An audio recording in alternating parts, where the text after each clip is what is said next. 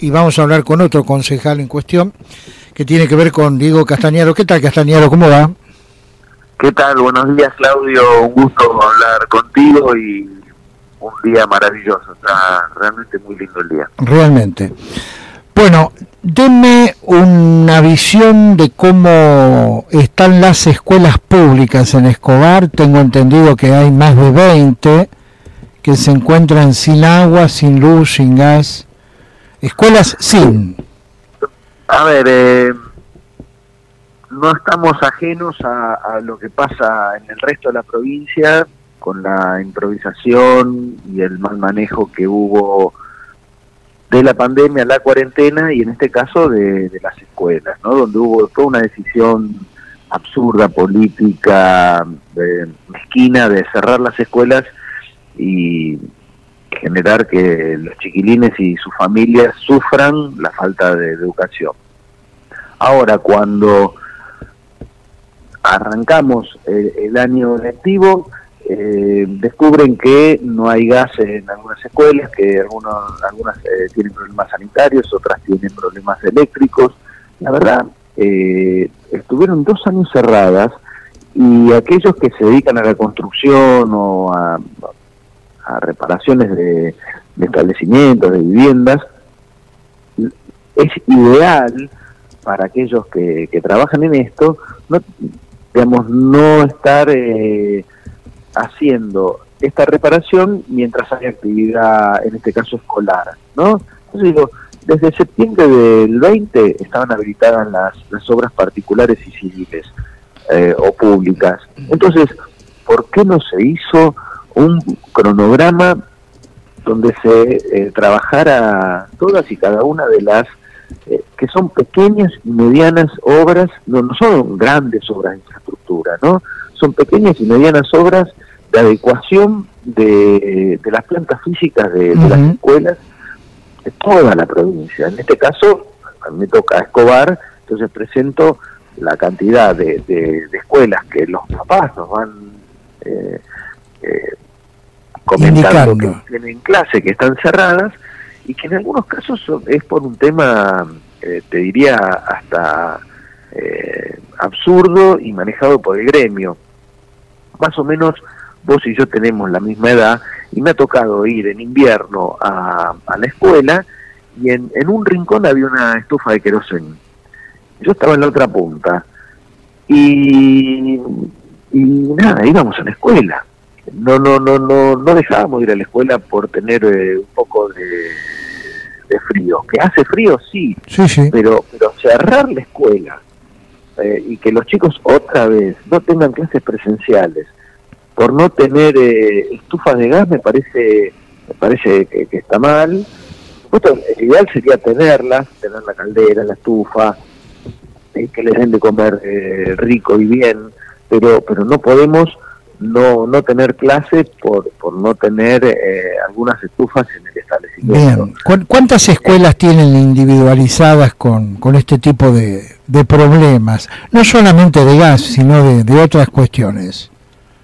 Y más de 25, y son establecimientos grandes, en Garín, en Sabio, en Loma Verde, escuelas en algunos casos muy grandes, que directamente las cierran por algunos de estos problemas, insisto, que son de resolución menor o mediano. No estamos hablando de un techo que se está por caer o una emergencia que puede darse, es imponderable por escuelas de muchos años. ¿Qué se dice desde el Consejo Escolar? En el Consejo Escolar, ¿qué es lo que pasa en los consejos escolares? Tienen delegadas muchas de sus funciones a los ejecutivos, a los departamentos ejecutivos de los municipios o directamente a las áreas de infraestructura provincial. Entonces, ellos hacen el pedido y queda en el pedido nada más. No tienen mucha injerencia como en otras oportunidades. Y la verdad es que los veo hacer, converso con ellos, hacen los pedidos o hacen las inspecciones en las distintas escuelas o toman contacto con los directivos y eso queda ahí, queda medio como letra muerta. Hay que replantearse también, ¿no? Y el gobierno municipal, porque me pregunto del gobierno municipal en este caso, porque el tema de educación depende de la provincia, pero los chicos son del municipio. Exacto. Y lo que yo veo es que los que gobiernan el área educativa son los gremios. Así como cerraron las escuelas la otra vez, y pese a que el ministro de Educación, Silioni, era en ese momento, decía que había que dar clases, Baradel se opuso y no hubo clases. Entonces, me parece que estos cierres intempestivos en toda la provincia tienen más que ver con una lógica gremial y una falta de conducción por parte del Ministerio de Educación de provincia y del gobernador, en darle todo lo que a un gremio que atrasa, un gremio que nos crea a todos los chiquitines brutos, que a lo que pueda hacer un consejero escolar o en este caso cualquier intendencia, ¿no? Ahora, Castañaro, convengamos en que Baradel, que es una de las personas que tiene peor imagen hoy por hoy, no bajó de un plato volador, fue votado por los docentes y abrumadoramente, ¿no? Sí, no, desconozco yo cómo ha sido la elección, en eso no podría contestar, no sé si abrumadoramente o si hay gente que ya ni siquiera quiere ir a votar. 70%. Esto, la verdad, ¿cuánto? 70%. 70% de los que fueron a votar, ¿no? Hay que ver cuántos son aquellos que tienen vocación y claro. Y nada, no tienen ninguna intención siquiera de ir a votar por la positiva o la negativa a este tipo de gente. Claro.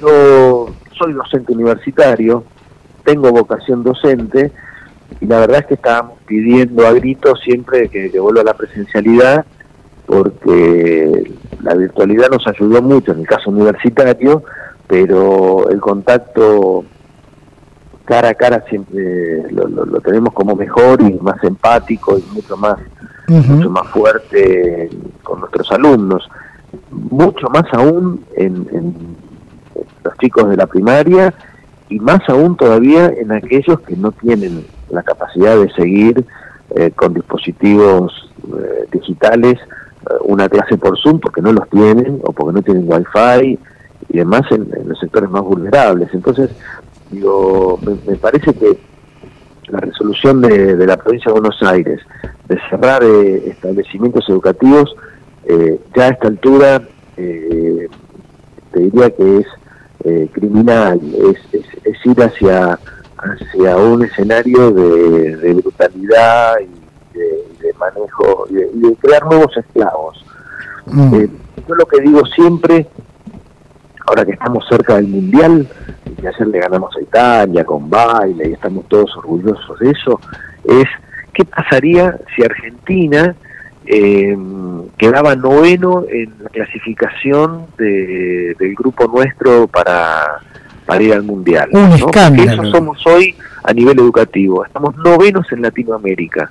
Novenos, ¿no? Nosotros clasificamos entre primero y segundos en el grupo sudamericano. Si hubiéramos estado novenos, estábamos abajo de Bolivia, de Venezuela, de Perú. Eso somos en educación. Entonces, nos interesa el fútbol y no le damos ni 5 de bolilla a la educación.